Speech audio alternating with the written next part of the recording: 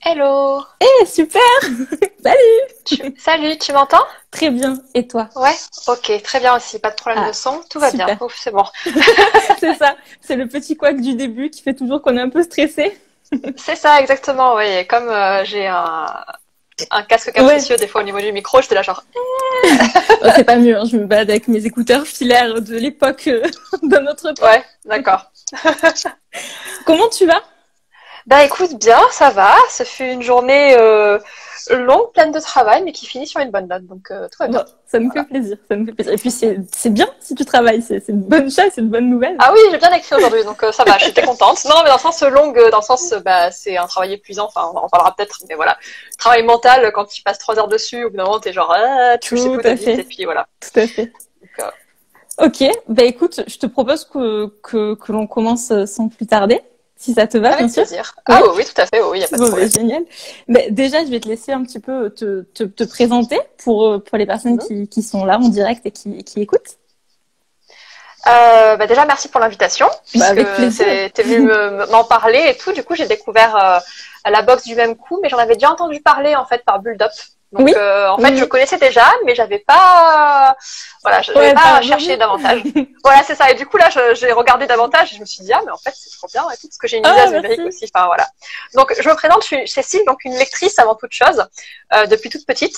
Et depuis environ 15-20 ans, j'écris. Voilà. Ah oui, quand même. Oui, quand même, ça commence à faire. Euh, Depuis 10 ans, je suis publiée et depuis 5 ans, je vis de l'écriture. Voilà. J'écris de la Félicitations. science-fiction, de la fantasy, du fantastique. J'écris du young adulte pour la jeunesse aussi et également pour les adultes. Voilà. Ok. Euh, Très récemment, je me suis mise à écrire pour la télévision. Donc, j'écris pour une série de télé. Voilà. On pourra peut-être en parler. Je sais Mais pas. Il c'est y a beaucoup de génial, choses à dire. félicitations. Merci. J'étais très contente. Mais je suis pas seule. Voilà. C'est toute une équipe sur le coup d'auteur et ça, c'est sympa. Voilà, et donc à part lire et écrire, je suis aussi formatrice en écriture créative, puisque j'ai fait un doctorat il y a de ça maintenant 1 an et demi, 2 ans, et lors de ce doctorat-là, j'entendais au départ enseigner à la faculté, D'accord. et j'ai eu la chance d'enseigner l'écriture créative à des élèves, et j'ai Génial. adoré, j'ai tellement adoré que j'ai pas arrêté en fait, voilà. Donc ça s'est plus ou moins construit comme ça, et j'enseigne pas à la fac, mais j'enseigne ailleurs. On aura l'occasion d'en parler aussi. Ah, mais Voilà. carrément. Mais c'est super. Dis donc, je pensais pas que. Je savais que tu écrivais et que tu étais formatrice, mais je savais pas tout ça, tout le background, en fait. Il y a beaucoup de choses en fait, oui, mais c'est voilà, c'est. J'essaye de résumer pour que ce soit Tu aussi court que condenses. possible, sinon il va falloir 3 heures et demie. Ok, donc déjà je rebondis juste sur le doctorat. Déjà félicitations parce que c'est pas donné à tout le monde, c'est plutôt cool. Merci. Du coup, tu avais pour objectif d'enseigner, tu m'as dit? Alors oui, j'avais pour objectif d'enseigner, mais sincèrement, le doctorat, c'était plus une fuite en avant, c'est-à-dire, tu sais, quand on sait pas trop ce qu'on veut faire dans la vie, puis qu'on veut être auteur professionnel, mais que la réalité n'est pas à la hauteur de nos attentes, au niveau notamment financier, Ouais, parce que c'est très dur d'en vivre de l'écriture, surtout tout en à fait. France en fait. Et du coup, je pensais que c'était une solution. Et en fait, oui, ça a été une solution dans le sens où ça m'a apporté les compétences et le recul dont j'avais besoin pour créer mon propre métier autour de l'écriture. Donc, pas Ouais, seulement autrice, mais aussi formatrice. Mais je n'enseigne pas à la fac pour plein de raisons. L'une de ces raisons étant que c'est un milieu assez... Enfin, la fac où j'ai été, en tout cas, il y avait des gens très bien. Et il y avait aussi des gens que je ne supportais pas et j'aurais pas aimé. Alors déjà, j'aurais pas aimé travailler avec eux, même si la possibilité m'en avait été donnée et offerte sur un plateau d'argent. Mais en plus, juste, j'étais pas faite pour ça en fait. oui, tout à fait. Voilà, parce que l'enseignement c'est une chose, mais il y a aussi la recherche à la faculté et je suis pas faite pour la recherche en fait. Je m'en suis rendu compte en faisant un doctorat. Donc, Ok, voilà. bah c'est pas mieux tard que jamais. C'est ça. Ok, donc du coup, toi, dès le début, tu voulais devenir écrivaine en fait. C'est ce que tu as toujours voulu faire? Non, je savais pas ce que je voulais faire dans la vie. Tu sais, il y a beaucoup d'enfants qui disent oui, moi je veux être vétérinaire, je veux être ci, je veux être ça. Et puis moi, je savais ce que j'aimais faire, c'était écrire. J'aimais danser aussi. J'ai Ouais, fait 25 ans de danse classique, donc quand même, quand ça même. comptait pour. Mais j'étais pas assez souple pour être danseuse professionnelle. Donc, Zut. zut, voilà. On aurait Mais dit c'est que tu dommage, craquais j'étais un pas dans le technique. ligament. Alors, ce que j'ai fait plusieurs fois, mais ça n'a pas marché. Ok. Voilà. Bah, pas plus tard que lundi dernier, tu vois, je me suis retournée le genou. Enfin, tout va Oh bien. mince, super, ça Ouais, va? non, mais oui, ça va, oui, je marche maintenant, mais c'est juste que ça fait mal ce moment. Ah bah oui, tu Et m'étonnes. ouais, non, mais vraiment, mais je suis une catastrophe ambulante un peu des fois. Et Attends, c'était quoi la question déjà du coup? Ah oui, ce que je voulais faire quand j'étais petite, je savais pas en fait, parce que donc déjà je pars dans tous les sens comme tu le remarques, et en fait je voulais juste, je me posais pas la question, c'est-à-dire que pour moi quand j'étais petite, déjà avoir 10 ans ça me paraissait loin, puis après avoir 15 ans ça me paraissait loin, puis après avoir 20 ans ça me paraissait loin, quitter la maison ça me paraissait loin, donc je vivais un peu comme ça, je me laissais porter, puis quand il fallait faire un choix j'en faisais un, et puis voilà. Sauf que à la place de mes collègues qui, eux, passaient leurs étés à faire des petits boulots pour économiser de l'argent et tout, moi, j'avais de la chance. J'avais des parents qui me payaient mes études, donc j'avais pas travaillé pour ça. Et qui me disaient, écoute, reste une enfant et une jeune autant que possible. Nous, pour l'instant, on peut assurer, donc profite et fais ce que t'aimes. C'est trop bien. Ok. Ouais, ils sont géniaux. Oui, ils sont cool, je les aime beaucoup. Et du coup, écoute, j'ai fait ça, et en fait, l'été, moi, j'écrivais du matin au soir, enfin, pas du matin au soir, parce que c'est pas possible d'écrire 8 heures par jour, mais genre, le matin, je me levais, bon, j'étais ado, donc je me levais genre vers 11 heures, tu vois, donc c'était le matin, hein. Je prenais un gros petit... Voilà, le matin passé, je prenais un gros petit déj, puis je travaillais dans la maison au frais, c'était l'été, généralement, j'habite en Provence, donc il faisait très chaud. Oui. Tout très chaud. Et en fait, vers 16h, 17h, on allait à la plage. Donc, en fait, je bossais de 11h du matin à 17h sur mes romans. Puis après, je peux aller à la plage. Le soir, c'était jeux vidéo. Et puis ensuite, rebelote. C'est trop cool. Donc, voilà. Et c'est comme ça que je me suis formée, que j'ai commencé à écrire vraiment, quoi. Ok, voilà. Ok. Et dès ton plus jeune âge, du coup, tu envisageais, enfin, c'était ton rêve, tu envisageais une publication, ou à la base, tu faisais vraiment ça pour toi? Ah non, je faisais ça juste parce que j'aimais bien, et parce que, en fait, j'aimais beaucoup imaginer des histoires. Tu sais, quand on est petit, alors moi, c'était les Lego Scala. Voilà, je sais pas s'il y en a qui connaissent. La génération de l'année 80 représente. Et du coup, voilà, donc je jouais à ça, et avec une amie, on s'inventait des histoires folles et tout, avec des chevaliers et tout. Enfin, trop bien. Cool. On mélangeait les Lego Scala modernes, tu vois, avec les chevaliers et les dragons. Enfin, tout allait bien. Et du coup, en fait, après, quand il y a eu vraiment les gros premiers coups de cœur en roman, notamment Harry Potter, à la croisée des mondes et tout ça, j'ai voulu écrire un peu les suites des histoires, et c'est comme ça que je suis tombée dans l'écriture de romans, en fait. C'est en écrivant, en m'amusant, en écrivant la suite des romans que j'adorais, ou les parties qui n'étaient pas assez explorées selon moi. Voilà. Un peu les fanfictions, en fait, finalement. Exactement, j'ai commencé à publier sur fanfiction.net, et mes textes sont toujours dessus. Je n'ai rien renié. Si. C'est Gabriel Trompe-la-Mort, le pseudo. Voilà. Oh, mais c'est dingue ça, faut que j'aille voir après, ça m'intéresse trop. T'as fait la suite. Il y a une écriture qui coule, là, je te préviens, il y a plein de fautes, enfin voilà. Attends, on te pardonnera, hein. C'était il y a quelques années quand même, ça va. Ouais, c'était il y a 20 ans, ça va. C'est bon, non, pas 20 ans. C'était en 2002, je crois. Ouais, quasi, 18 ans. Ok, donc du coup, en fait, t'écris de tout, quasiment. Et enfin, comment se fait? D'où te vient toute cette imagination? Je veux dire, en principe, en règle générale, on voit souvent des auteurs rester dans ce qu'ils savent faire, dans un domaine qu'ils maîtrisent. Toi, tu touches à tout, je trouve ça incroyable. Alors, je touche à tout pas encore, parce que j'ai pas encore écrit de polar, même si j'ai un synopsis de près. Il s'appelle 610 secondes, faut que je le mette que je l'écrive, il n'y a plus qu'à faire ça. J'ai pas encore fait de l'horreur, j'ai pas encore fait de la romance pure, j'ai pas fait de roman blanc, enfin littérature blanche entre guillemets. Mais oui, je touche un peu à tout parce que simplement je déteste m'ennuyer. Mais vraiment, je déteste ça. Curieuse. Et je suis curieuse, voilà, j'aime apprendre. Et je pense qu'une des raisons pour lesquelles j'ai fait des très longues études, c'est notamment parce que j'aime apprendre. C'est comme on m'a dit, donc j'ai fait un doctorat en littérature comparée et japonaise, et parce que j'ai appris le japonais sur un coup de tête. C'est-à-dire qu'un jour, on m'a dit, Cécile, il faut choisir une licence à la fac. Je fais, ah, tiens, il y a quoi? Ah, ça, c'est intéressant. Ah, ça a l'air cool. Allez, apprenons le japonais. Donc, voilà. Ok, non, mais c'est passionnant, c'est génial, j'adore. Du coup, en fait, mais ça te permet de pouvoir de toucher à plein d'horizons, en fait, c'est trop cool. Ouais, mais c'est aussi beaucoup d'errance, parce que du coup, c'est cool, mais il y a aussi beaucoup de doutes derrière de qu'est-ce que je veux faire de ma vie, parce que tout le monde te pose la question à chaque fois. Bien sûr. En fait, et tu dis, je sais pas où je vais, j'y vais, mais je sais pas. Pour l'instant, je suis là, ça me plaît, et on verra bien. Et à aucun moment, lors du coup de tes études, je pose master, doctorat et tout ça, il y a personne qui t'a dit que écrivain, c'était fait pour toi, avec justement ton état d'esprit un peu curieux, qui touche à tout, qui veut... Oui, et j'étais déjà écrivain, en fait, quand j'ai commencé mes études, parce que j'ai publié mon premier roman, j'étais à l'IUT, métier du livre. Ah oui, oh la vache. Ouais, j'avais 19 ou 20 ans, je sais plus. Bravo. Et ouais, non, merci. Enfin, j'ai signé mon premier contrat, parce qu'après, ça a pris du temps pour se concrétiser. le fait est que les gens, quand je me présentais toujours en tant que Cécile qui écrit des romans. Ah, et tiens, je vais publier. Et donc, tout de suite, pour les gens, j'étais écrivain. Ouais. Mais le paradoxe de l'écrivain, c'est qu'on n'a pas d'uniforme. Oui. C'est-à-dire qu'il n'y a pas de quelque chose de reconnaissable, tu vois, vraiment physiquement. Donc, on est un peu passe-partout. Et ensuite, surtout, il n'y a pas... Enfin, quand je dis il n'y a pas d'uniforme, c'est-à-dire que c'est pas un métier comme étant reconnu, tu vois. Oui, tout à fait, je vois. Et il n'y a pas d'études pour devenir écrivain en France. Il commence à y avoir un petit peu, mais c'est des formations. Ouais, bien sûr. Ouais, c'est pas vraiment pour devenir écrivain, tu vois. C'est plutôt pour vous aimez l'écriture, tenez, faites ça, voilà. Il n'y a pas de professionnalisation, enfin, il n'y a pas d'institution majeure d'enseignement qui professionnalise les auteurs pour l'instant en France. Voilà, c'est ça que je veux dire. Et du coup, j'étais écrivain, mais tout le monde, y compris moi, admettait que ce n'était pas un choix de carrière raisonnable.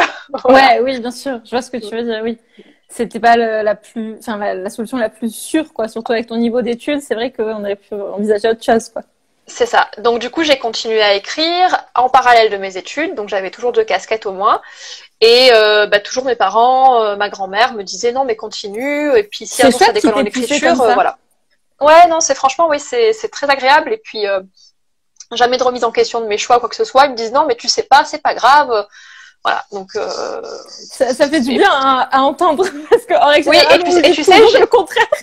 Ah ouais? Ah bah écoute, moi je sais pas, enfin je me rends compte de la chance que j'ai quand j'en discute avec les gens, mais mon frère c'est le contraire, tu vois. Mon frère il a pas fait d'études du tout, il a même pas eu le bac en fait, il a renoncé avant parce qu'il détestait l'école. Et là il est chef de sa propre entreprise, il va concourir pour des trucs des concours de pizza au niveau européen. Enfin voilà, c'est vraiment ouais, ok. Voilà. C'est fou. Donc on est opposés, tu vois, mais on est le fruit de la même comment dire de la même volonté de nos parents qui est de nous laisser le choix. Bien sûr, oui, c'est hyper bienveillant de leur part parce que franchement, surtout dans les milieux créatifs, c'est ça surtout. Ça fait souvent un peu peur, on va dire. Donc bon. Ok, du coup, je profite de tout ton savoir-faire un petit peu parce que du coup, tu écris et tu publies depuis super longtemps. Je voulais un petit peu moi savoir un peu les avantages et les inconvénients en fait d'être autrice ou auteur. Je sais pas trop ce que tu préfères. Alors moi je dis autrice, mais chacun dit comme il veut. Je préfère autrice aussi. Ouais, voilà, moi aussi. Mais la langue est un matériau vivant, donc chacun est libre de l'utiliser comme il veut. Donc, oui, voilà. D'accord. Les avantages, c'est à chaque avantage a son inconvénient. Il y a la liberté, mais il y a aussi la précarité. Oui. Parce qu'on est payé une fois par an et que du coup il faut vivre avec l'argent qu'on a gagné l'année précédente et il faut écrire suffisamment de choses et publier suffisamment pour pouvoir se dire j'ai de la visibilité sur 1 an, 2 ans, 3 ans. Mais la réalité de la chose, c'est que quand on a de la visibilité sur 3 mois, c'est déjà bien. Oui. Voilà. Donc c'est très stressant. Il n'y a pas que ça comme métier qui est stressant et qui est précaire, j'en ai conscience, mais bon, comme on me pose la question par rapport à ça. On parle du tien là surtout. Voilà, c'est pour ça. Donc, tu peux pas connaître tout le monde. Non, je peux pas connaître tout le monde. Mais tu vois, j'ai beaucoup j'essaye de penser, de toujours pas comparer pour savoir ce qui est mieux ou quoi que ce soit, mais pas pour évaluer, mais pour toujours relativiser et remettre les choses à leur place. Voilà. C'est beau. Faut essayer. Voilà. Pour un monde meilleur, il faut s'y efforcer. Mais donc ça, c'est les avantages, c'est la liberté et l'inconvénient, la précarité. L'autre avantage, c'est-à-dire que y a une forme de côté sacré de l'écrivain, c'est-à-dire que dès qu'on se présente quelque part, les gens nous regardent comme si on était une espèce de monstre sacré qui a une connaissance spéciale, voilà.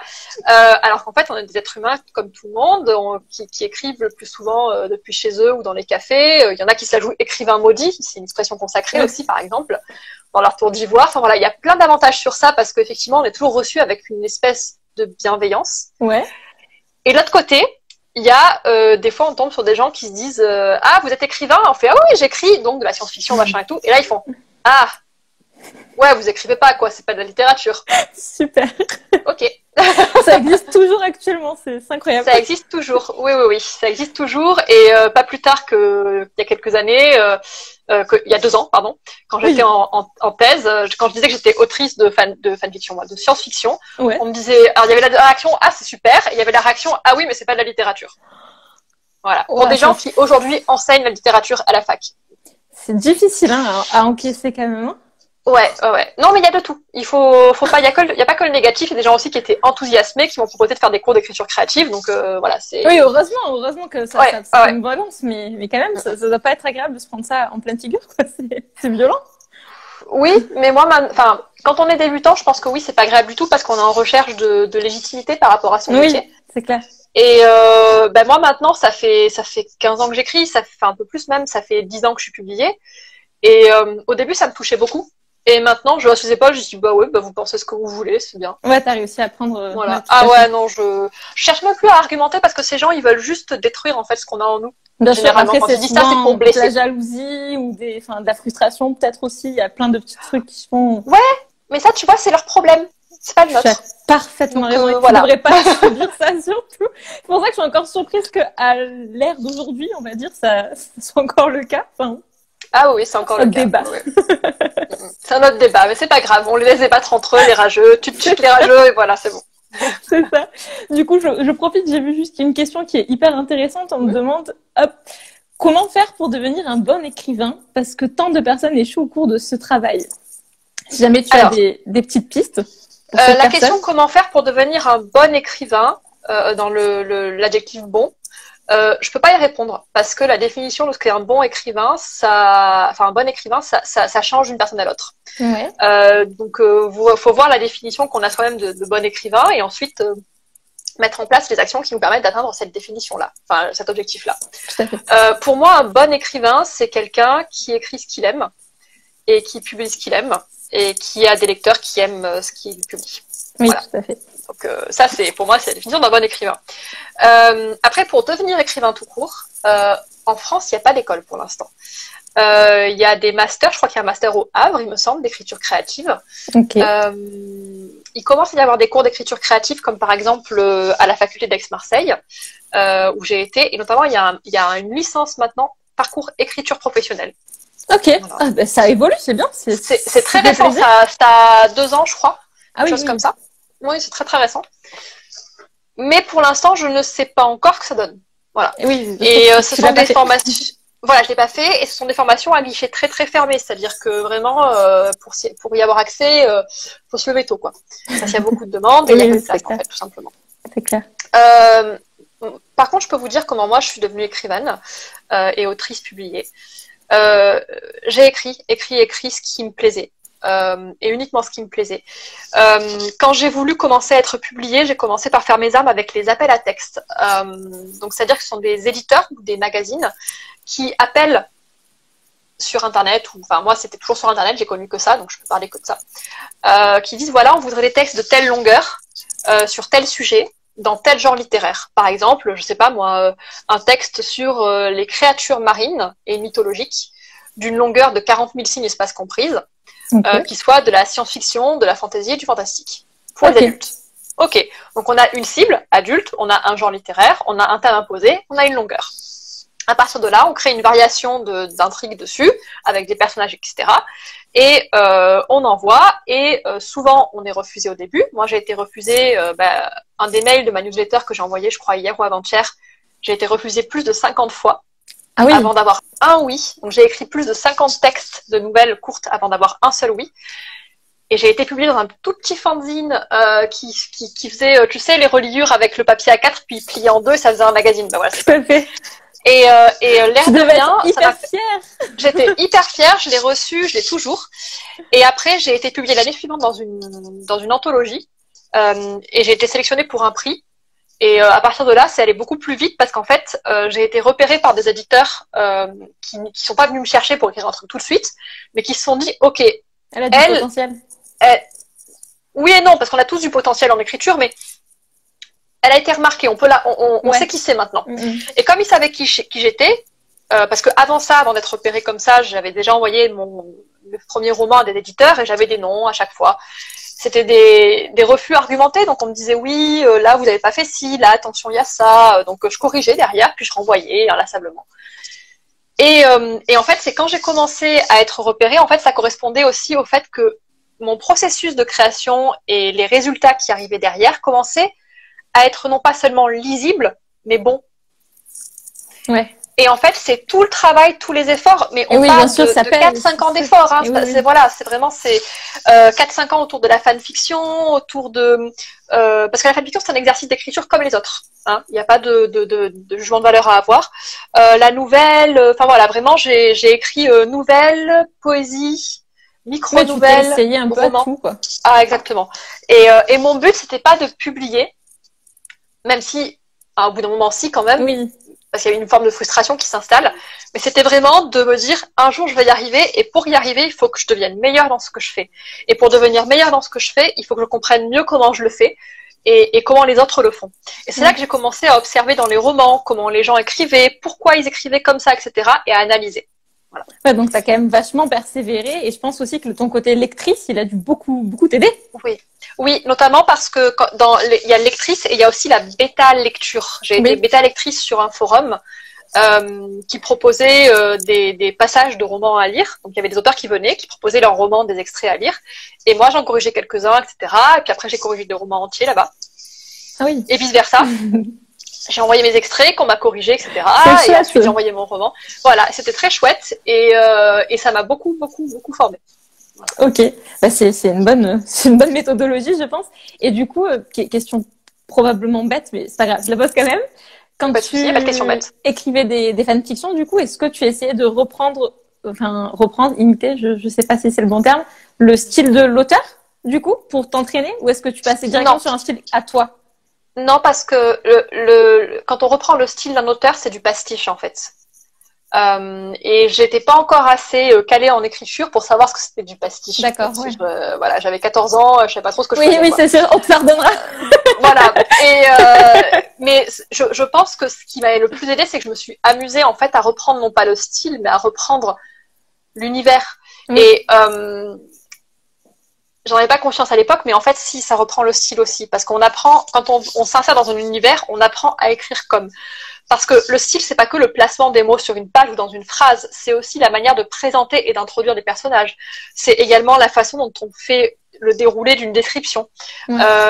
C'est également la manière dont on choisit de dire ou de ne pas dire certaines choses, de taire certains éléments de l'intrigue. Comment est-ce qu'on amène une intrigue? Comment est-ce qu'on la cache? Comment est-ce qu'on file ensemble une intrigue principale, une intrigue secondaire, une intrigue tertiaire, etc., etc., etc.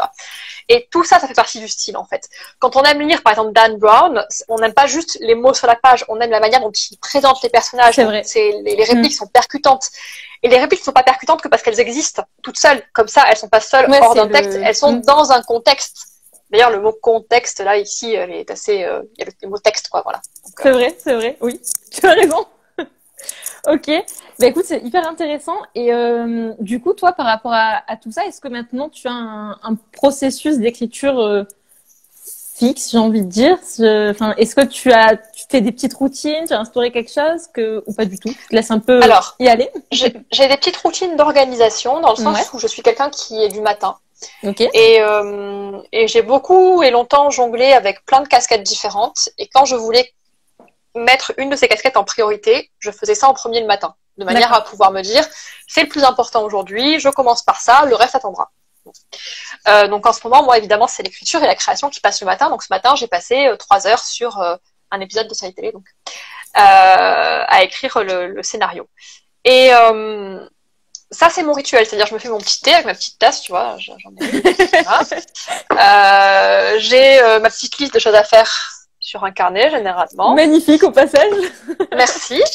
Et je vais te montrer, hein, voilà, j'ai toujours ma théière. Ah oui, t'es bien installée. Ah oui, je suis bien installée, quoi. J'ai mon truc de chez Lush pour les mains, tu vois, ma crème hydratante, tout ça, ma petite musique. Et en fait, je me pose et en fait, j'ai pris l'habitude de tous les matins avoir rendez-vous avec moi-même pour écrire. C'est trop chouette. Ça, c'est un rituel d'organisation. Ouais. Après, par contre, la méthode pour écrire un roman, elle change tout le temps.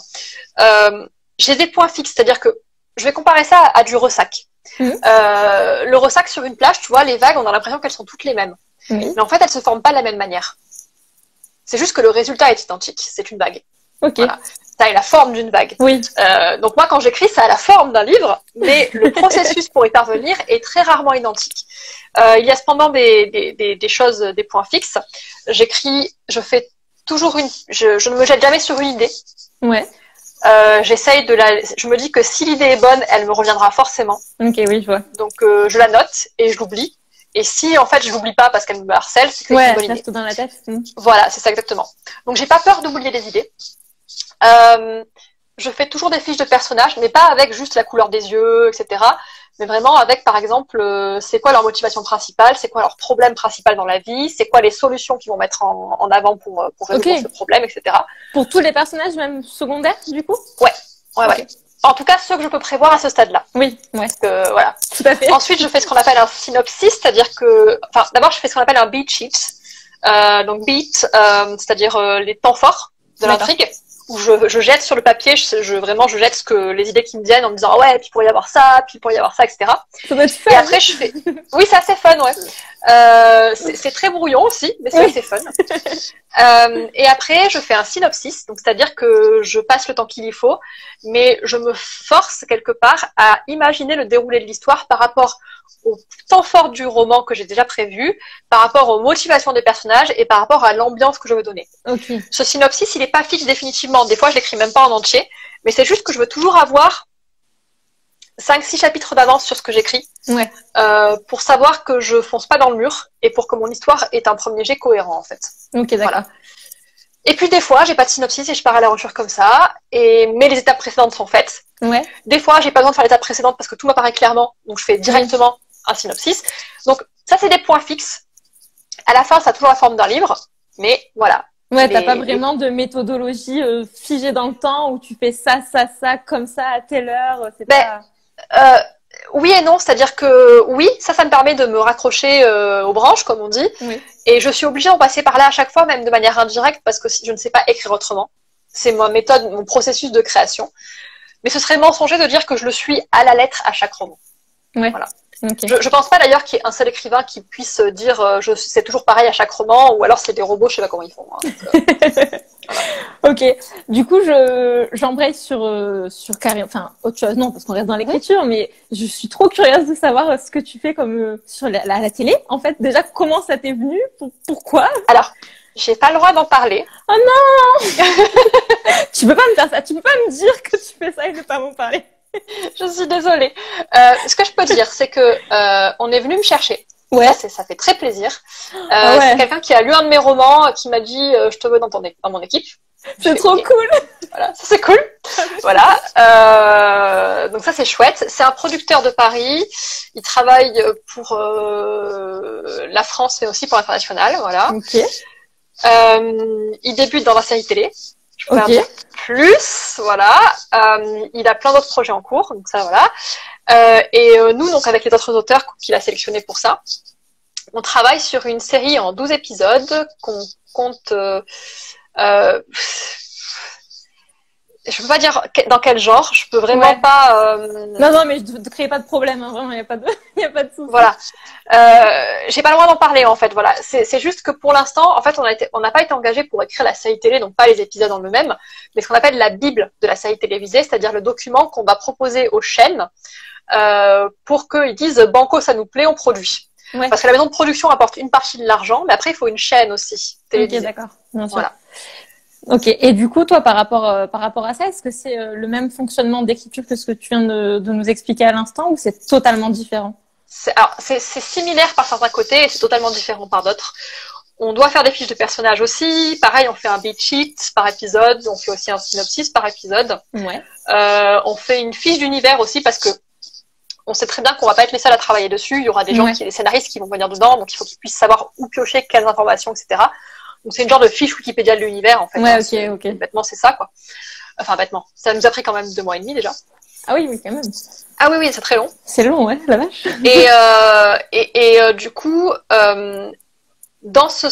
au niveau de ça, c'est pareil. Après, là où c'est différent, c'est que c'est un travail extrêmement collaboratif. Ouais. Et quand on est écrivain de romans, on a tendance à être très démonstratif. On nous apprend notamment une règle d'écriture qui vient des États-Unis, mais qui est aussi très implémentée en France, qui est show, don't tell. C'est-à-dire montrer et ne pas dire. C'est-à-dire que dans un roman, on va pas dire « Ah, tel personnage est heureux », on va montrer qu'il est heureux, on va dire qu'il a les yeux qui brillent, qu'il a un grand sourire, qu'il a le cœur qui bat fort, voilà, que vraiment il ressent une grande joie. Dans la Bible de série télé, c'est l'inverse, on doit dire et non pas montrer. Ah oui, parce que si on... C'est un travail de déconstruction, parce qu'en fait, si on montre exactement ce qu'on voit, les gens qui vont utiliser ensuite la Bible ne pourront pas s'y projeter. Ok, je vois. Et ils pourront pas imaginer eux-mêmes comment exploiter le matériau créatif qu'on leur a laissé. Aussi, ça crée des problèmes. On a remarqué avec les autres auteurs, quand on est avec le producteur et qu'on lui présente un truc qu'on montre trop, il voit tout de suite les problèmes en fait que ça va lui poser pour représenter ça à l'écran. Ouais. Et non pas les solutions. Alors quand on lui dit les choses, on lui dit ah ben là il se passe ça, explosion de joie chez tout le monde, ça lui, moment parisien unique par exemple, c'est visuel pour lui, il s'imagine ce qu'il veut en fait. Donc il s'imagine non pas les problèmes mais les solutions et du coup c'est beaucoup plus fluide. Ok. Voilà. Ok. Et d'un point de vue vraiment écriture, toi enfin c'est totalement différent, enfin c'est pas la même chose. Tu préfères écrire toute seule ou ce côté justement un petit peu collaboratif, écrire avec ça stimule un peu ta créativité? Ça dépend des moments en fait. De manière générale, je préfère écrire seule parce que j'aime pas la contrainte. Ouais. Je suis quelqu'un qui aime être très libre et je pense que c'est pour ça que j'ai jamais dit oui un jour je voudrais travailler en entreprise. Donc quand j'étais certaine c'était ça, c'était pas en entreprise. C'était déjà un bon début. Voilà, c'était ça. Mais parce que j'aime bien être indépendante et choisir pas mon emploi du temps, mais vraiment travailler à l'enthousiasme. Et je sais que c'est un luxe, hein, j'en ai conscience. Hein, voilà. Mais j'aime bien faire ça. Donc, voilà. Après, tu t'es aussi donné les moyens d'y arriver. C'est un luxe, mais il t'est pas tombé comme ça. Ah oui, non, c'est pas tombé tout cru. C'est un luxe, mais c'est un luxe qui m'a coûté parce que j'ai vécu avec moins de 700 € par mois pendant 5 ans. Hein, donc oui, voilà. Donc c'est d'autant plus mérité. Donc franchement, voilà, c'est un luxe, mais cher payé. Exactement. Voilà. Et du coup, attends, je sais plus ce que je disais. Ah oui, j'aime bien écrire avec par exemple Étienne Barillier, on écrit Les Brigades du Style, oui, j'ai vu ça. qui est une coécriture, et c'est lui aussi qui m'a proposé de faire le roman et tout. Et puis on s'est très bien entendu du premier coup, et on a écrit ensemble, et c'est vraiment extraordinaire comme collaboration. Mais on s'est trouvés. Ouais. C'est-à-dire que vraiment, on a une méthode d'écriture et des forces et des faiblesses qui se correspondent très bien, c'est-à-dire qu'on se complète idéalement. Et il est très souple. Enfin, il est comme moi. En fait, on écrit quand on peut, puis quand on peut pas, on ne va pas se mettre la rate au courbouillon. Ouais, voilà. Voilà. Mais en même temps, on est quand même des gens qui aiment bien finir ce qu'on a commencé. Donc voilà, ça se fait. Il y a une espèce de synergie qui fait que ça marche. Là, pour la série télé, c'est plus compliqué parce qu'on travaille avec des gens qui sont déjà de multiples horizons. On se connaît, on s'est choisi aussi quelque part. Mais c'est un travail multi-collaboratif, donc c'est pas juste 2 personnes. C'est-à-dire que il y a différentes personnalités, différents emplois du temps aussi à gérer, donc c'est très long parce qu'il faut patienter des fois pour avoir un élément. Et puis en fait, une fois qu'on l'a, nous on n'a plus le temps, donc on doit se dépêcher pour un truc. Enfin voilà. Donc il y a des contraintes par rapport à ça quand on est plus de 2 à travailler sur un récit, qui font que j'aime moins. Ouais. Mais j'aime davantage pour d'autres côtés. Parce que j'aime le fait qu'on ait des réunions tous les lundis, que j'apprenne beaucoup, que les autres auteurs, Oui, vous vous apportez mutuellement. En fait. Ouais, voilà, c'est ça. Donc il y a des avantages et des inconvénients. Ça dépend vraiment des moments. Il y a des moments où vraiment je supporte pas d'écrire seule, et des moments où je supporte pas d'écrire en groupe. Ouais, c'est encore une fois un juste équilibre en fait finalement. Ouais, c'est ça, exactement. Et sur du moyen, long terme, peu importe, t'envisagerais de collaborer avec un illustrateur ou peu importe, un graphiste, ce que tu veux, pour créer quelque chose où toi tu écris et quelqu'un dessine pour parce que je sais que t'as un univers quand même assez fantastique. J'adore les BD, j'adore cet univers. Donc du coup, je me dis ça serait beau en fait. Bah écoute, j'ai déjà essayé en fait par le passé, j'ai des illustrateurs qui sont venus, avec qui j'ai discuté parce que je cherche un petit peu aussi à l'époque, pour les Foulards Rouges, Massaï chez Brajeune. Ouais. Et il y avait eu un projet de bande dessinée à un moment donné même. Et on avait préparé un début de book et tout. Et en fait, l'illustrateur, il avait décidé de faire un peu ce qu'il voulait. Donc il avait fait un univers très heroic fantasy, avec vraiment des codes qui me correspondaient pas du tout. Et j'ai dit non, mais ça va pas le faire. Voilà. Okay. Et en fait, c'était tellement mal. C'est parce que c'est eux qui sont venus vers toi, peut-être. C'est pas toi qui l'as choisi aussi, non? Oui, c'est pour ça. Et moi, comme à l'époque, j'avais peu d'opportunités par rapport à l'adaptation et des choses comme ça, bah, j'ai sauté sur l'occasion parce que je me suis dit, mais j'aurais jamais ce genre d'opportunité-là à nouveau. Donc j'avais, tu sais, le FOMO, la peur de fear of missing out, vraiment, j'étais là-dedans. Donc maintenant, je suis beaucoup plus réservée en termes comment dire, de collaboration parce que déjà j'ai le luxe de pouvoir choisir avec qui je veux bosser maintenant. C'est ça. Je fais un peu ma capricieuse. Mais c'est génial, attends. Oui, c'est cool, mais bon. C'est égoïste d'un côté parce que effectivement, on pense à soi d'abord. Mais après, j'ai envie de dire, la vie, elle est faite pour ça aussi. Enfin, il faut être altruiste, mais aussi, il faut penser à soi. Tout à fait. Et du coup, pour l'instant, non seulement j'ai pas le temps pour une collaboration, même dans 2 ans, 3 ans, 4 ans, Si ça se fait, je pense que c'est uniquement parce que c'est moi qui serais allée chercher quelqu'un. Ouais. Et pour tout te dire, pour l'instant, j'ai pas la volonté de le faire. Ok. Ok. Bon, c'était la petite question curieuse. J'aimerais bien, un jour peut-être, mais c'est un j'aimerais bien de je sais pas en fait. C'est pourquoi pas, mais pourquoi, j'ai pas de pourquoi aussi, tu vois. Oui, ouais, je vois, tout à fait. Le jury délibère. Ok, pourquoi pas, on verra. Et toi, du coup, donc, on a pu voir depuis ce début d'interview que tu as quand même beaucoup de casquettes et que tu touches vraiment à plein de choses. Moi, je voulais un petit peu savoir comment tu faisais pour toujours stimuler ta créativité. Est-ce que tu as des petites astuces, des petites choses que tu pourrais des petits secrets que tu pourrais nous dévoiler? Ne jamais cesser d'apprendre. Ok. Voilà. Que ce soit sur comment est-ce qu'on écrit, comment est-ce que les autres écrivent, ou simplement sur la manière dont les gens créent dans d'autres domaines. Je pense aux illustrateurs, je pense aux BDistes, aux scénaristes, je pense aussi aux gens dans le marketing, oui. Qui créent aussi et qui ressassent autrement l'art du storytelling. Voilà, ça c'est très intéressant. Et moi du coup là je me suis abonnée récemment à masterclass.com. Ouais. Qui est un abonnement, c'est un site, alors c'est anglais-américain, donc c'est en anglais, je suis désolée. Mais par exemple, j'ai pris des cours auprès de Shonda Rhimes, donc la créatrice de Grey's Anatomy, pour réussir voilà, pas en direct, hein, c'est un truc préenregistré, mais voilà. Je suis allée voir celui de Neil Gaiman aussi. Je vais voir aussi les parcours des gens inspirants. Du type les grands sportifs ou même les petits sportifs qui sont pas très connus mais qui ont déjà fait pas mal de choses et j'aime bien regarder les vidéos aussi sur YouTube des gens qui racontent une transformation dans leur vie. Ouais. Ça me passionne, c'est genre ça c'est ma drogue quoi, donc voilà. Et en fait je lis aussi beaucoup hein, mais je lis plus pour mon plaisir parce que sinon lire devient un travail, donc ça c'est voilà. C'est clair. Et du coup, en fait, j'aime bien ne jamais cesser d'apprendre, soit pour me former en tant que personne et que professionnelle, soit aussi simplement pour apprendre sur les autres, ce qu'ils font, pourquoi ils sont comme ils sont, etc. Et en fait, ça, c'est les meilleurs déclencheurs d'histoire possibles. Tout à fait. Du coup, en fait, plutôt rester curieux, quoi. C'est ça, exactement. Et est-ce que t'as déjà eu un petit peu des espèces de down ou des syndromes de la page blanche ou que sais-je, où tu t'es dit, je fais mes affaires, je vais carrément dans un autre pays pour voir l'inspiration ailleurs ou pas du tout? Alors oui, je l'ai fait en fait. Je l'ai fait. En fait, c'est tout plaqué pour aller au Japon. Wow. Donc c'est encore un choix hyper luxueux, mais il était tout frais payé. En fait, quand j'étais en fac, j'étais en doctorat et on m'a proposé de faire un terrain de recherche en fin de thèse. Ouais. Et j'ai dit oui, pourquoi pas. Surtout si c'est tout frais payé, tu vois. Moi, je gagne 700 € par mois, j'étais contente, tu vois. T'as bien eu raison, c'est génial. Voilà. Et j'ai eu la bourse.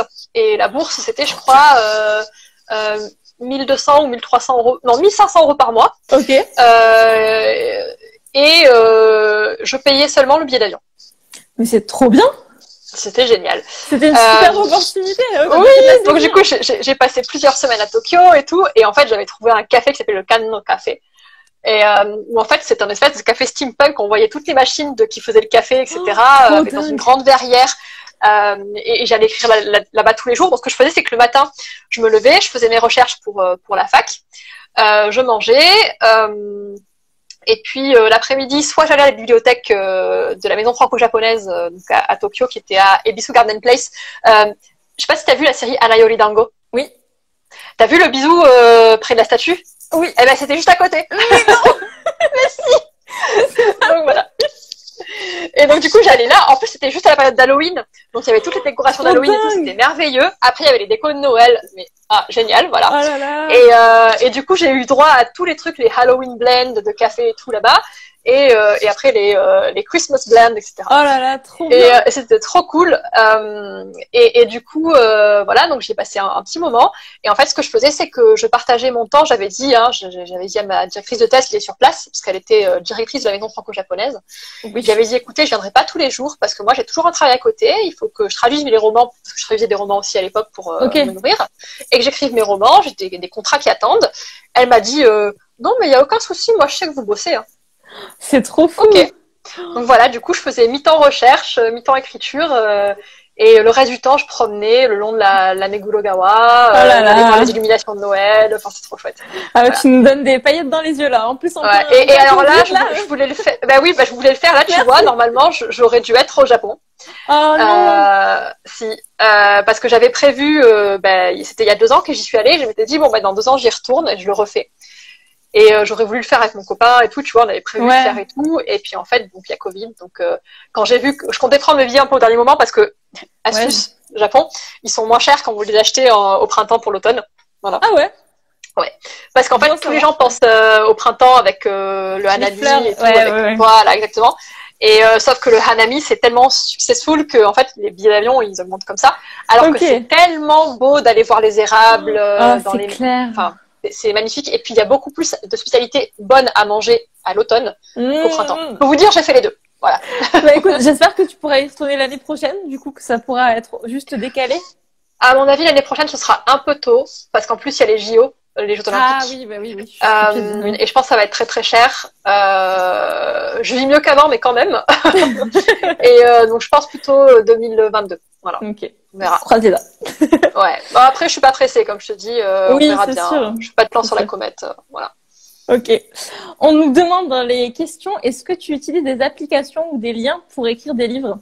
Des espèces d'applications, ouais, je pense. Alors, moi, non, j'utilise que Word et Excel pour faire mes synopsis, des fois, quand vraiment je fais des synopsis compliqués. Si vous avez besoin d'un support d'écriture beaucoup plus abouti que ça, moi, je conseille Scrivener, qui est très bien. J'ai beaucoup de mes coachés d'écriture, donc des auteurs que je coach pour écrire leur roman qui l'utilisent. Et c'est très très bien. Moi, c'est un peu trop carré pour moi. J'ai un esprit un peu trop bordélique pour ça. J'aime changer d'avis tout le temps, donc c'est voilà. Sinon, si vous écrivez des romans avec des intrigues très complexes, voire des romans interactifs avec plusieurs intrigues et vous savez, à choix. Ouais, tout à fait. Voilà. On peut utiliser Twine. Ok. Twine. Ok, j'espère que tu as pu répondre à la question du coup. Et tu me tends du coup parfaitement la perche. Je voulais un petit peu rebondir sur ton autre casquette du coup, le côté formatrice. Donc déjà, alors, tout simplement, qu'est-ce qui t'a poussé à devenir formatrice? Est-ce que c'est un petit peu le manque de formation que toi tu as pu trouver au préalable, ou est-ce que c'est tes lecteurs qui te demandaient des conseils? Comment t'en es arrivé là? Alors, il y a eu la convergence de plusieurs choses. Effectivement, c'était un manque de formation quand j'étais plus jeune. Qui n'était pas conscient sur le moment, mais c'est bien après, quand j'ai pris conscience que j'étais autrice, que j'étais reconnue par un certain public, par un certain lectorat et par un certain octorat, si on peut dire ça comme ça. Je me suis dit, il n'y a pas de formation et on en a tous conscience. Et on a beau se serrer les coudes, on n'avance pas. Enfin, le milieu de la formation à l'écriture créative en France n'avance pas ou très peu. Il existe l'école Les Mots à Paris, mais il faut habiter à Paris. Voilà. Déjà. Alors, maintenant avec le confinement et tout, je crois qu'ils ont fait des formations en ligne, mais je sais pas si c'est spontané, ou c'est pour toi le long terme. Voilà, je sais pas du tout. Ils sont, enfin, comme moi et comme d'autres, ils sont limités et il faut une offre variée pour que ça puisse se faire partout en France. Il existait du coaching pour écrire des romans, mais souvent c'était de l'accompagnement littéraire uniquement en littérature blanche ou en poésie. Donc c'était intéressant, mais c'était pas ce que je recherchais. Oui, c'était un public cible surtout. C'est ça. Et c'était pas ce que moi, en tant qu'autrice plus jeune, j'aurais voulu avoir. Et c'était pas dans ma gamme de prix aussi. Parce que moi, je me rappelle, pour moi, une très grosse dépense, c'était 100 balles, 100 €. C'est toujours une grosse dépense d'ailleurs, hein, mais je veux dire, le maximum du maximum que j'aurais pu envisager mettre en économisant soigneusement. Pour te former, Voilà, c'était ça. Et quand je voyais, et même maintenant, je vois toujours, il y a des formations qui proposent des masterclass et accompagnement d'écriture à 1 500 €. Vous pouvez payer en 4 fois sans frais, mais même en 4 fois sans frais, non, j'ai pas les sous. Ça reste pas abordable, en fait. C'est ça. Donc, du coup, je me suis dit, il manque une offre. Ça, c'est une chose. L'autre chose, c'est que, donc, à la fac, je voulais enseigner et je me suis aperçue que si je détestais, détester, c'est un grand mot, mais je suis venue à détester la recherche, j'ai adoré quand même l'enseignement. Et pour enseigner, il faut faire de la recherche, hein, donc l'un dans l'autre, ça va, tout à fait. Mais la recherche dans le milieu universitaire me plaisait pas. Et du coup, quand j'ai dit par-ci par-là que j'étais autrice, on m'a dit ah mais il y a des cours d'écriture créative, puisqu'on me proposait en lettres modernes, ça me plaisait pas tant que ça. Et il s'avère que en master, j'avais pris une option d'écriture créative en anglais. Ok. Et je m'étais régalée, la prof était super sympa, et puis j'ai dit allez vas-y au culot Cécile. Bon, quelqu'un du département d'anglais passe devant moi dans la rue. Je dis hé Salut littéralement, je le connaissais bien quand même. Hein. J'ai fait oui, voilà. Donc je dis bonjour quand même. Je ça va, tout ça. Puis j'ai oublié la politesse. Oui, puis écoutez, je voulais pas vous embêter, je voulais vous envoyer un mail, mais bon là que je vous vois, hein, c'est d'autant mieux. Donc j'explique, je dis voilà, moi j'aimerais enseigner l'écriture créative à la fac, et je sais qu'en anglais vous avez un cours. Est-ce que vous seriez intéressé, sachant que moi j'ai pas de diplôme d'anglais, mais je traduis de l'anglais vers le français depuis 3 ans maintenant. Oui, donc tu te dépatouilles plutôt bien. Voilà. Et là, le prof me fait, justement, on cherche quelqu'un. Mais non. Et il me renvoie vers la personne qui m'avait donné des cours d'écriture créative 3-4 ans auparavant. Ouais. Et en fait, cette personne-là m'a dit, ah mais carrément, et c'est comme ça que j'ai donné des cours d'écriture créative à 80 étudiants. Ah oui, en fait, voilà. t'as saisi l'opportunité. Enfin, tu t'es créé l'opportunité, en fait, finalement. Ah, c'est ça. Mais en fait, ce que je dis, c'est le culot. Au pire, on nous dit non. Oui, voilà. Tout à fait. Mais ça fait du bien. Ça veut dire que ça fonctionne aussi des fois. C'est chouette. Ça fonctionne. Ouais. Ah, le culot, ça fonctionne toujours. Hein. Moi, j'ai tout eu au culot. Hein. Les trucs, on me dit mais non, mais ça passera jamais. Je dis attends, je vais demander. Au plus gros c'est, au plus gros ça. C'est ça. Et généralement, ça marche. Comment tu fais? Je fais je sais pas. Je demande. Je suis culottée. C'est ça. Ok. Et du coup, est-ce que tu peux nous parler un petit peu de tes formations, de ce que toi tu proposes en fait, en quoi ça consiste? Alors, donc c'est sur le site www.savoir-écrire.fr. Ok. Non, .com. .fr, je sais plus, enfin .fr ou .com. Désolée. Et du coup, en fait, ce sont des formations donc préenregistrées, mais il y a un vrai parcours pédagogique possible. C'est-à-dire que l'apprenant peut commencer par n'importe quelle formation. En fait, une formation correspond à une compétence. C'est jamais des formations complètes. Voilà. Donc, c'est pas une formation qui va durer 26 heures et demie, qui va vous demander 2 ans de votre vie. Non, voilà. Ou 150 heures. C'est vraiment une formation au choix. Donc, il y a un éventail de compétences et ça augmente. Okay. Petit à petit au niveau du catalogue. J'ai commencé par une formation sur le style et une formation sur comment écrire un roman pour la jeunesse pour la première fois. Ouais. Et après, j'ai fait une grosse formation sur comment écrire un roman pour la première fois. J'ai fait une formation sur les rapports entre création de personnages et création d'intrigues. Mm-hmm. Donc, comment avoir des personnages passionnants et des intrigues fascinantes, un truc comme ça. Ouais. Voilà. Après, j'ai fait une formation sur comment attirer du lectorat, une formation sur plein de choses, quoi. Voilà. Et à chaque fois, je prends un aspect du métier d'auteur, une technique, une compétence, et j'en fais une formation. C'est-à-dire que c'est pas juste un truc comme on voit sur les blogs ou les vidéos YouTube, quoi. Il y a un vrai parcours pédagogique derrière, il y a une vraie manière d'amener l'apprenant à se constituer une expérience, non pas par l'échec et dans la solitude, mais par l'essai et la méthode en fait. Ouais. Et j'essaye d'inviter la personne, l'auteur, l'autrice, l'autorice à se créer une méthode à partir de ce que je propose. C'est-à-dire que je n'impose pas, je ne lui demande pas de se transformer. De se calquer, oui, tout à fait. Voilà. C'est plutôt à la personne de se projeter dedans et de former la méthode qui lui ressemble à partir des éléments que je lui donne. Donc c'est tout un travail de déconstruction du métier d'auteur et de la compétence à chaque fois. Ouais. Pour laisser les pièces du puzzle à la personne et lui dire voilà, comment est-ce que à quoi veux-tu que ton puzzle à toi ressemble, tout en lui expliquant la démarche qui va avec. Donc c'est très compliqué en fait à mettre en place. Oui, tout à fait. Mais ça fait partie de ce que j'ai appris à la fac quand j'ai été formée et je me suis formée pour enseigner. Hein. C'est pas sorti d'un chapeau, donc voilà. C'est clair. Et du coup, voilà, on pose la question pile où j'allais la poser. Est-ce que c'est payant ou est-ce que c'est gratuit? Alors, pendant le confinement en mars, j'ai rendu gratuit la formation pour écrire un premier roman. Elle a été téléchargée 2000 fois. Donc ah oui, cool. Ouais, les gens voulaient s'ennuyer. Oui, Tout le monde oui. voulait écrire là, pendant le confinement. C'est ça. Ah oui, non, mais ça a aidé beaucoup de monde, des gens qui sont devenus clients par la suite, parce que oui, c'est payant. Sinon, je pourrais pas en fait les proposer parce que concrètement, je pourrais pas vivre de mon métier et j'aurais pas le temps de fabriquer ces formations-là et parce que ça me prend à temps plein, ça me prend 40 heures à peu près faire une formation. Et puis tout travail mérite salaire de toute manière, quoi qu'il en est. Et oui, voilà, c'est ça. Et surtout, je me suis formée, j'ai moi-même payé d'autres formations pour pouvoir, pour pouvoir, comment dire, me former aussi au métier de formatrice et tout. Donc bref, il faut un moment que je rentabilise mon truc, Bien parce sûr, que c'est un métier, tout simplement. Cela étant, ça reste une petite entreprise qui a une volonté, c'est de rendre accessibles les savoir-faire professionnels. C'est-à-dire que chez moi, c'est pas 1500 € la formation. On verra pas en 400 près. Voilà. Non, voilà.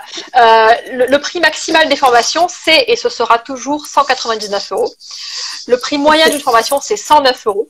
Ouais. Et sachant que généralement, si les gens sont abonnés à ma newsletter, qui est sur mon profil, alors là en ce moment j'ai l'offre de Noël sur mon profil, mais si on va sur savoirécrire.fr.com, je sais plus, il y a une newsletter qui s'appelle La Quotidienne. Et régulièrement, une fois par mois à peu près, je propose des réductions sur des grosses réductions. Hein, ça va de moins 30 à moins 70%. Oui, quand même. Sur les formations. Voilà, mais c'est uniquement par ce biais-là. Et en fait, les gens en profitent à des prix qui vont de 23 € à 79 ou 99 €. Voilà. C'est génial. Alors on me dit écris-nous le lien. Attends, je vais voir. Savoir écrire. Voilà, je l'écris, hein, donc je vais avoir une tête bizarre pendant quelques instants. Je profite du coup, je te pose la prochaine question que je voulais un petit peu savoir par rapport à tes formations. Est-ce que toi, tu penses qu'il vaut mieux se former du coup pour publier avec un éditeur, ou est-ce que tu penses que sans formation, on peut y arriver? En fait, c'est peut-être plus conseillé de suivre une formation, tu penses, ou pas réellement? Alors, je vais répondre comme dans Astérix Mission Cléopâtre. Il n'y a pas de bonne ni mauvaise situation. Je scribe, enfin bref, ça dépend des gens. Ça dépend des compétences qu'on a déjà par ses autres expériences professionnelles, ou simplement son approche de la lecture, de l'écriture. Ça dépend de qui on est, ça dépend d'où on part aussi, parce qu'il y a des gens qui partent de plus ou moins loin. Certaines personnes veulent devenir écrivains et en fait, ils se rendent compte petit à petit qu'ils n'arrivent pas à écrire déjà correctement français. Bien sûr. Ce qui était mon cas au début. Hein, je dis pas ça pour juger qui que ce soit. Non, mais bien Moi, j'écrivais pas bien français au départ et j'ai appris. Et il y a des gens qui, à mon âge, qui commencent à écrire maintenant à mon âge. Donc moi, j'ai 32 ans. Et qui, du coup, partent de beaucoup plus avancés que moi parce que eux, ils ont déjà une maîtrise du français. Donc, ça dépend de l'âge qu'on a, ça dépend de l'expérience, ça dépend des compétences. Tout le monde peut devenir écrivain. Ça, pour moi, c'est tout le monde toutes les personnes qui en ont la volonté le peuvent. D'accord. Voilà. Ça, pour moi, il n'y a pas d'élitisme à avoir là-dessus, il n'y a pas de discussion à avoir. Après, la formation, c'est un accélérateur. Ouais. C'est-à-dire que le boost dans les jeux vidéo, quoi. Voilà, exactement. J'estime que ça devrait être inévitable de se former, mais c'est pas une obligation. Ouais. C'est une opinion personnelle. Il y a des gens qui deviennent journalistes sans jamais avoir mis les pieds dans une école de journalisme et ils font très bien leur métier. Ce qui compte, c'est la compétence, c'est pas la formation. Ouais. Si on n'a pas la compétence et qu'on veut l'obtenir rapidement, plutôt que de chercher soi-même dans le noir tout seul, on va se former. Oui. C'est la seule différence. C'est ça. Et toi, à la Cécile du passé, t'aurais voulu qu'elle ait un petit peu ce que toi tu proposes actuellement? Quand t'avais 14 ans l'été, ça serait peut-être utile du coup? Oui, ça m'aurait été utile, mais d'un autre côté, je serais pas la Cécile d'aujourd'hui si j'avais pas été la Cécile du passé. Ouais. Donc, voilà. Oui, je vois, non, mais c'est logique, oui, tout à fait. Alors, il y a une question. Pourriez-vous vous dire un peu votre parcours des compétences que vous réalisez? Que sais-tu faire? Alors, je sais écrire et taper dans mes mains et laisser les chaussures. Est-ce que tu sais toucher ton nez avec ta langue? Non, avec mon doigt, oui, mais pas ma langue, je vais pas le faire parce que ça va pas, voilà. Alors, ce que j'ai réalisé et des compétences que j'ai faites. Alors, mon parcours, il est tout simple. Avec le recul, il est simple, mais sur le moment, c'était compliqué de choisir. Oui. J'ai fait un bac littéraire, j'ai fait un IUT métier du livre pour devenir libraire, en m'apercevant que je ne voulais pas être libraire. J'ai quand même fini. Derrière, j'ai fait une année de fac en LEA anglais-japonais parce que le japonais, ça avait l'air cool. J'ai échoué lamentablement parce qu'il y avait du droit et de l'économie et de la gestion. Ah ouais, non. Voilà. Derrière, j'ai appris qu'on ouvrait Ah non, j'ai fait LEA avant l'IUT, pardon, mais bref, c'est pas grave. Derrière, j'ai appris qu'on ouvrait une licence de japonais, uniquement japonais, lettres, langues et littérature. J'ai fait chouette, il y a littérature dans le nom. J'ai fait 3 ans pour me rendre compte qu'on n'avait pas fait de littérature, mais que j'avais appris le japonais. C'est bien. On m'a dit, il y a un master de traduction. Est-ce que ça te dirait de poursuivre? J'ai fait, bah oui, ma foi, j'ai toujours pas de métier, donc pourquoi pas. Donc j'ai fait un master de traduction littéraire que j'ai obtenu avec 18 au mémoire, s'il vous plaît. Ah oui, quand même. Bravo. J'ai enchaîné avec un doctorat en littérature comparée et japonaise. qui était financé par mes traductions à l'époque. Et voilà, et du coup, j'ai un parcours qui n'est pas du tout celui d'un écrivain. Ouais, mais finalement, comme quoi, voilà. tous les La seule constante, c'est qu'à côté, j'ai continué d'écrire. Tout le temps, j'ai continué d'écrire. J'ai continué d'être curieuse. Et aujourd'hui, si je fais le métier que je fais, donc qui est à la fois autrice et formatrice, c'est parce que je continue d'écrire. Et je vois une question qui est utile, c'est tu nous conseilles de lire combien de pages par jour? Et je pense que, alors, lire quand on est écrivain, c'est impératif. Moi, je lis pas tous les jours. Il y a des soirs, je suis fatiguée parce que j'écris beaucoup et que j'en ai marre d'avoir des mots devant le visage. Ça peut se comprendre. Une bonne série télé. Voilà. Mais écrivain, c'est pas que les mots, c'est raconter des histoires, en fait. Et les histoires, il y en a partout autour de nous. Il y en a partout. Il y en a autour des gens il y en a avec les gens qu'on rencontre. Ouais. Il y en a dans les séries télé qu'on regarde. Il y en a au journal de 20h le soir. Il y en a dans les publicités qu'on voit à la télévision. Il y en a dans la voisine qui gueule sur son chien parce qu'elle en a marre qu'il pisse sur ses chaussures. Il y a une histoire derrière ça. C'est vrai. Il y a plein de choses. Il y a des histoires, il y en a partout. Donc se renseigner sur l'histoire des gens et des choses qui nous entourent, c'est bien. Donc lire, c'est pas que lire ce qu'il y a dans un livre, c'est aussi lire ce qu'il y a dans le monde. Et écrire, c'est aussi se raconter des histoires à soi-même.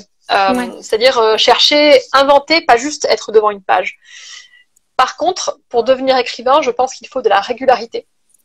La régularité peut se trouver partout, c'est-à-dire que on n'est pas obligé d'écrire un nombre de pages fixe par jour pour devenir écrivain.